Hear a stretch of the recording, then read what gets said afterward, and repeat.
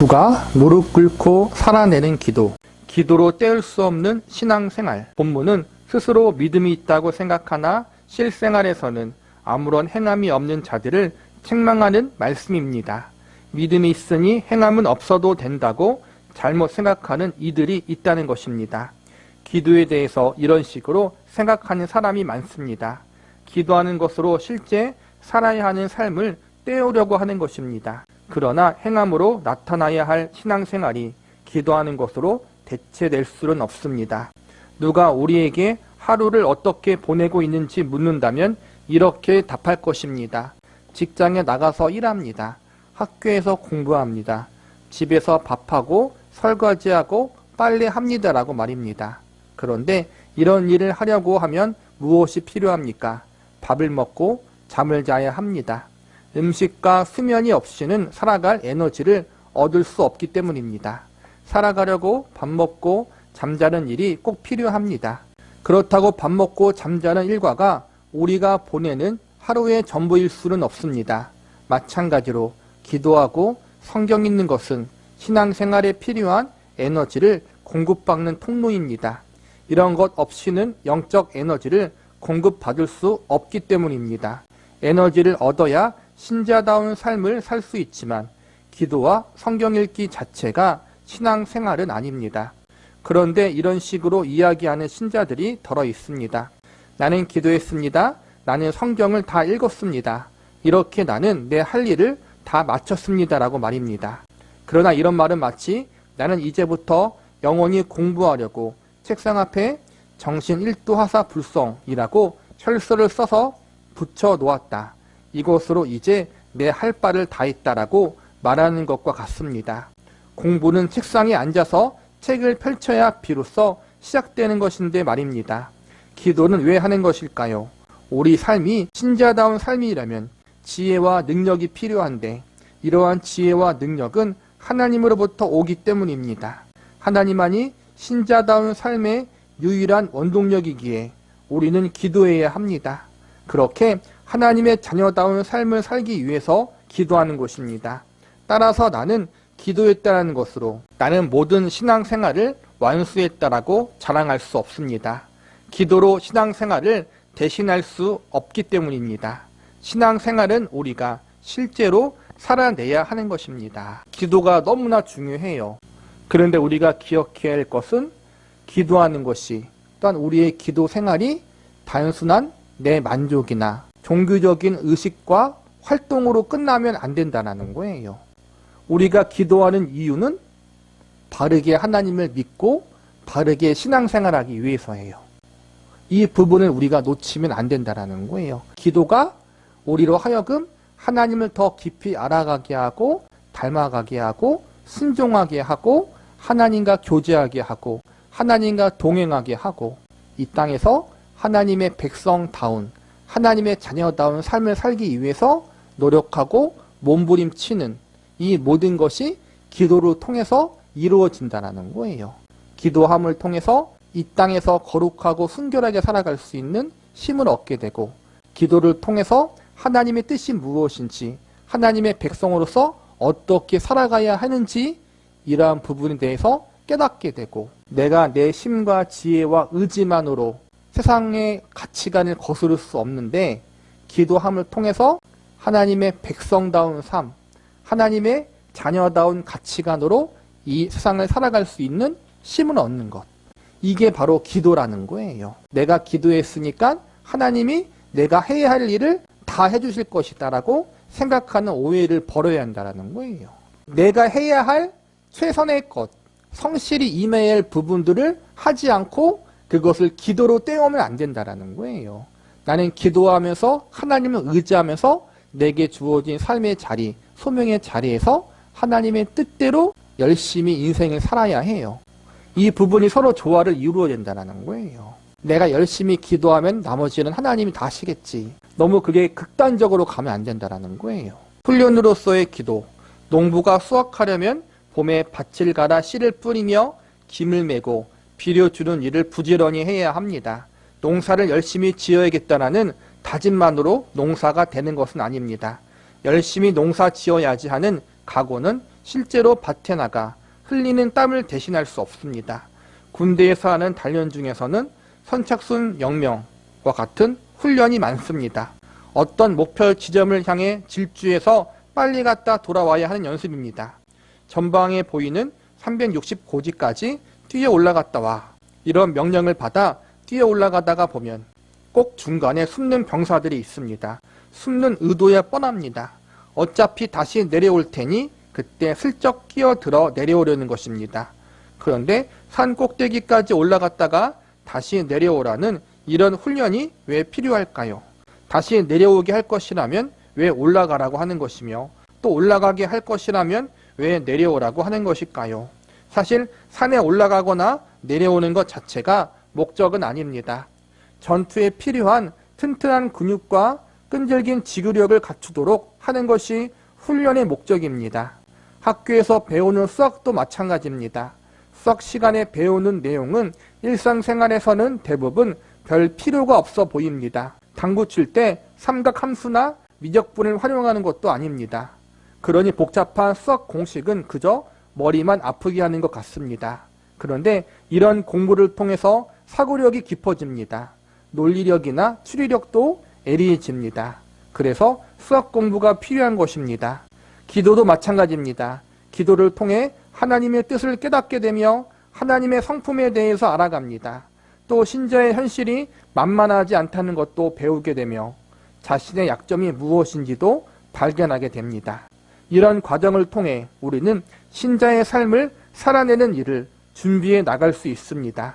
그런데 우리는 열심히 기도해야지라는 말로 실제 살아야 하는 삶을 회피하는 경향이 있습니다. 기도하는 것으로 우리 할 일 다 했고 이제 하나님에게 맡겼으니 지금부터 안 되는 일이 있으면 다 하나님의 책임입니다라고 하나님에게 모든 책임을 떠넘기려고도 합니다. 우리에게 맡겨진 책임을 외면하는 것입니다. 본문은 믿음과 행함을 혼동하는 삶을 지적하고 있습니다.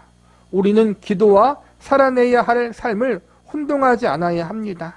이것은 마치 하나님이 나를 자녀로 낳아주셨으니 내가 자녀답게 크는 일도 하나님이 다 알아서 해달라고 요구하는 것과 같습니다.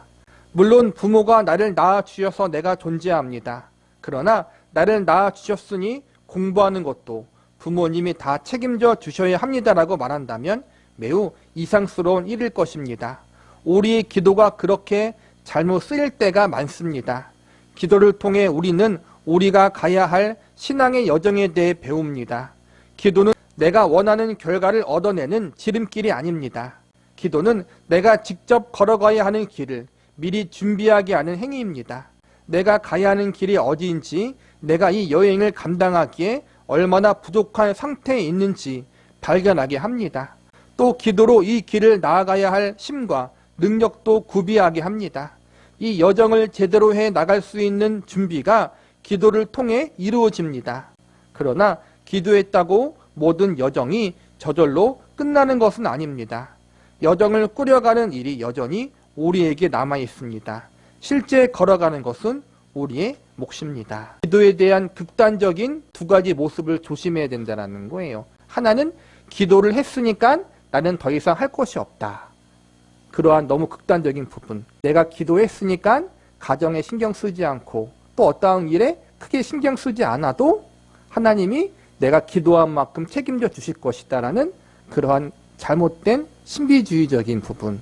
그 부분을 조심해야 되고 또 하나는 기도를 단순히 내가 할 수 있는 것을 다 한 다음에 부족한 부분을 채워주시는 부분. 하나님이 나를 옆에서 도와주시는 그러한 도움자로만 보는 부분. 그 부분을 조심해야 돼요.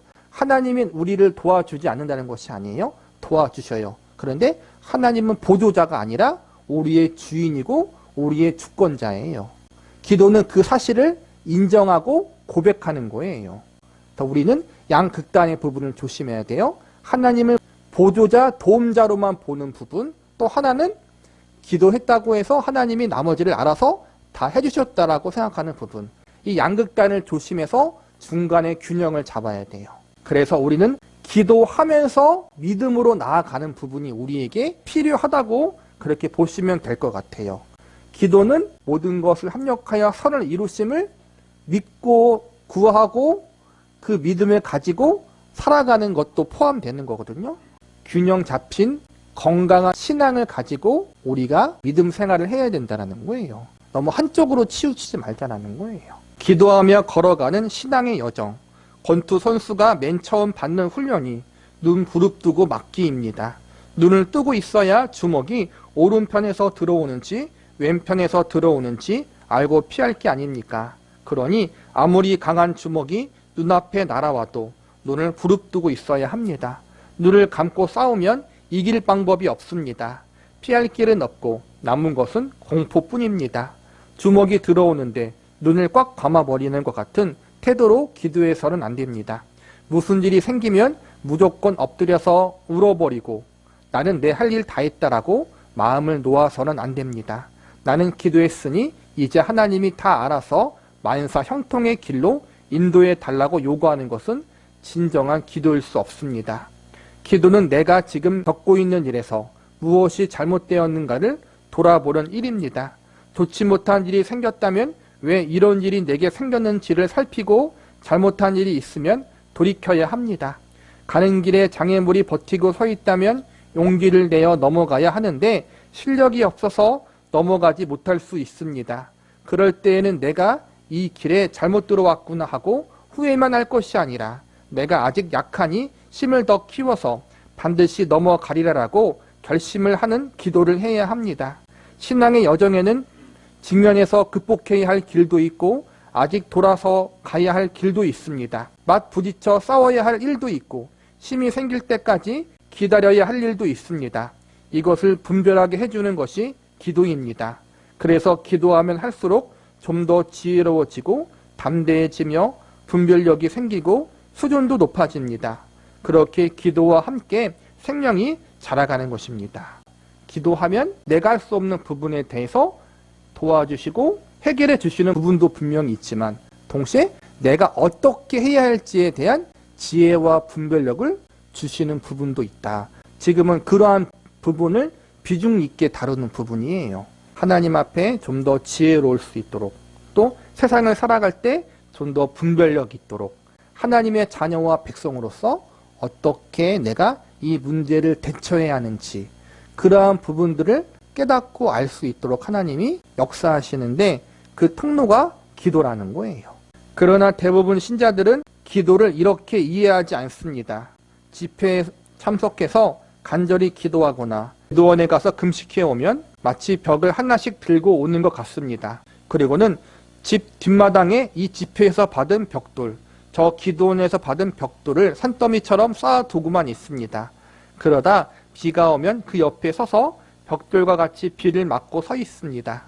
그 많은 벽돌로 집 한 채를 지을 생각조차 못하고 말입니다. 그 지극한 기도에 열심을 내어 제대로 만들어낸 것이 없습니다. 어떤 신앙적 성취나 영적 성숙도 없습니다. 생명이 자라나지도 성품이 풍성해지지도 않습니다. 신앙생활을 근본부터 오해하고 있기 때문입니다. 이제 우리의 기도는 신앙적 깨달음과 분별을 얻는 방향으로 나아가야 합니다. 또 신앙생활의 깊이가 풍성해지는 방향으로 쓰여야 합니다. 그러기 위해서 우리는 기도할 때 늘 말씀에 비추어 돌아보고 기도한 것을 자신의 삶에 적용하도록 노력해야 합니다. 기도할 때마다 내가 기도한 것이 무엇인지, 그것이 성경이 제시하는 길과 얼마나 조화로운지, 신앙의 어떠한 부분을 더 채워나가야 하는지 깨달아야 합니다. 그러니까 우리의 기도가 보편적으로 이러한 기준에 부합하는 기도 생활이 되어야 한다는 거예요.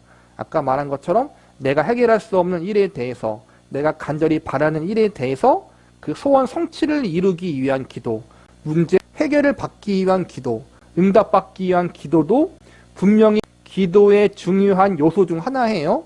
그런데 그게 전부가 아니고 그게 우리의 중심이 되어서는 안 된다는 거예요. 우리 기도 생활의 목적과 의미와 기준은 지금 배우는 것처럼 지혜와 분별력과 성숙, 이 부분이 기도 생활의 중심이고 핵심이라는 것.